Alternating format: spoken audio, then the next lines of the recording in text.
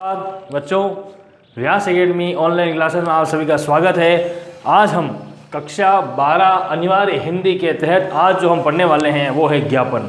मैंने कहा था पत्र और उसके प्रारूप होते हैं, उसमें एक ये भी आता है, ये 2 अंकों के आते हैं, कुछ भी पूछ सकते हैं, या तो पत्र आ जाएगा या ज्ञापन या निविदा या अधिसूचना, कुछ भी, है ना। तो इसके लिए हमें हर फॉर्मेट को हमें समझना बहुत ज़रूरी है। और जो मैं बताऊँ घर पे भी आप अच्छी तरह से प्रैक्टिस करना, देखना। और खासकर ये चीज़ें क्या है, सबसे बड़ी बात है, ये हमारे समाचार पत्रों में आती रहती है। आपने आए दिन सुना होगा कि लोगों ने किसी काम नहीं होने के एक पूरा ग्रुप बनाकर जाते हैं, एसडीएम ऑफिस में जाते हैं, कलेक्टर ऑफिस में जाते हैं, वहाँ जाकर ज्ञापन देते हैं। ज्ञापन का मतलब होता है कोई ऐसी समस्याएं जिनका निस्तारण करना हो, तो वो क्या करते हैं, वो आगे से आगे उस ज्ञापन को पहुँचाते हैं, तो उसे ज्ञापन कहते हैं। आइए देखिए, ज्ञापन जब किसी सक्षम अधिकारी द्वारा अधीनस्थ कर्मचारियों को सामान्य सूचना, संदेश आदि देने के लिए जो पत्र लिखा जाता है वह ज्ञापन है। मतलब एक बड़ा अफसर द्वारा छोटे अफसरों को कुछ आदेशित करना, कोई चीज़ बताना कि यह करो, तो उसको कहते हैं ज्ञापन, है ना। तो उसको दिया जाता है। अब ये देखिए कहाँ से निकला है, ये राजस्थान सरकार द्वारा भेजा गया है। कहाँ से भेजा गया है? होम मिनिस्ट्री जो स्टेट की होती है, गृह मंत्रालय जयपुर से, है ना। ज्ञापन संख्या जो भी डिस्पेच नंबर थे गृह मंत्रालय के 16/142।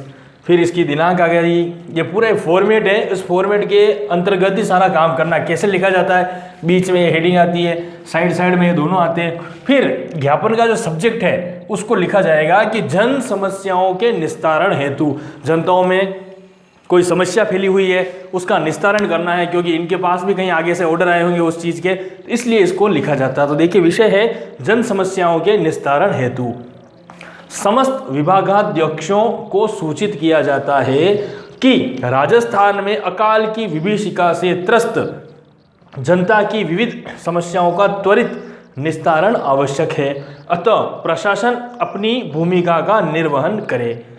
आप समझ रहे हो, ये जो निकला है ना, ये होम मिनिस्ट्री गृह मंत्रालय से निकला है। तो अब यह सभी कलेक्टर के पास जाएगा, कलेक्टर एसडीएम को ऑर्डर देंगे, एसडीएम सभी अपने नीचे जो भी अधिकारी होंगे उनको देंगे। फिर क्या होगा, एक अलग अलग दस्ते बनेंगे इनके, उन दस्तों से लोगों के ये पास पहुंचेंगे, जहाँ जहाँ अकाल का जो साया पड़ा है वहाँ जाएंगे ये लोग। और जाने के बाद ये क्या करेंगे, वहाँ पर उसका निस्तारण करने की कोशिश करेंगे। हो सकता है किसी के खाने पीने की सामग्री ना हो सकता है पशुओं के लिए चारा ना हो सकता है पानी की व्यवस्था ना हो। तो गृह मंत्रालय ने ये ऑर्डर दे दिया है। अब वो सारे अधिकारी जाकर वहाँ उन लोगों से संपर्क करके उनकी समस्याओं का निस्तारण करेंगे। इस तरह ज्ञापन प्रभावशाली होता है।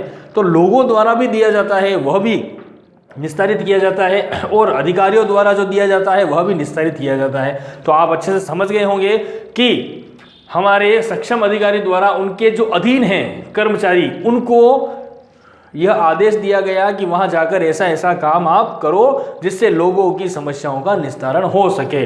तो इस तरह से इस ज्ञापन को लिखा जाता है। ज्ञापन आपको अच्छी तरह से समझ में आ गया होगा किस तरह से इसको करना है। फिर यहाँ पर आ जाता है उसके हस्ताक्षर। वापस एक बार पढ़ देता हूं कि समस्त विभाग अध्यक्षों को सूचित किया जाता है कि राजस्थान में अकाल की विभीषिका से त्रस्त जनता की विविध समस्याओं का त्वरित निस्तारण आवश्यक है, अतः प्रशासन अपनी भूमिका का निर्वहन करे। फिर यहाँ पर जिसने भी ये लिखा है उसके साइन यहाँ पर आएंगे, क नाम के यहाँ पर, और ये है उप शासन सचिव जो भी है गृह मंत्रालय का वो। फिर यहाँ पर आएगा सेवा में। अब किस किस को भेजा जा रहा है, तो जिसको भेजेंगे, जितनों को भेजेंगे, 4 को, 10 को, 6 को, उन सब के यहाँ नाम आ जाएंगे कि कितनी कॉपी कहाँ भेजी जाएगी, इन लोगों को भेजी जाएगी, इन अधिकारियों को भेजी जाएगी। इस तरह से यह ज्ञापन का फॉर्मेट होगा। तो ये ऐसे फॉर्मेट को अपने को एग्जाम में, बोर्ड एग्जाम में बनाना है ताकि हमको ज़्यादा से ज़्यादा अंक मिल सके। ये 2 अंकों का आता है, इसलिए ध्यान से इसको देखना। इससे रिलेटेड और भी तुम्हारे बुकों में दे रखे हैं, उनको भी देखना।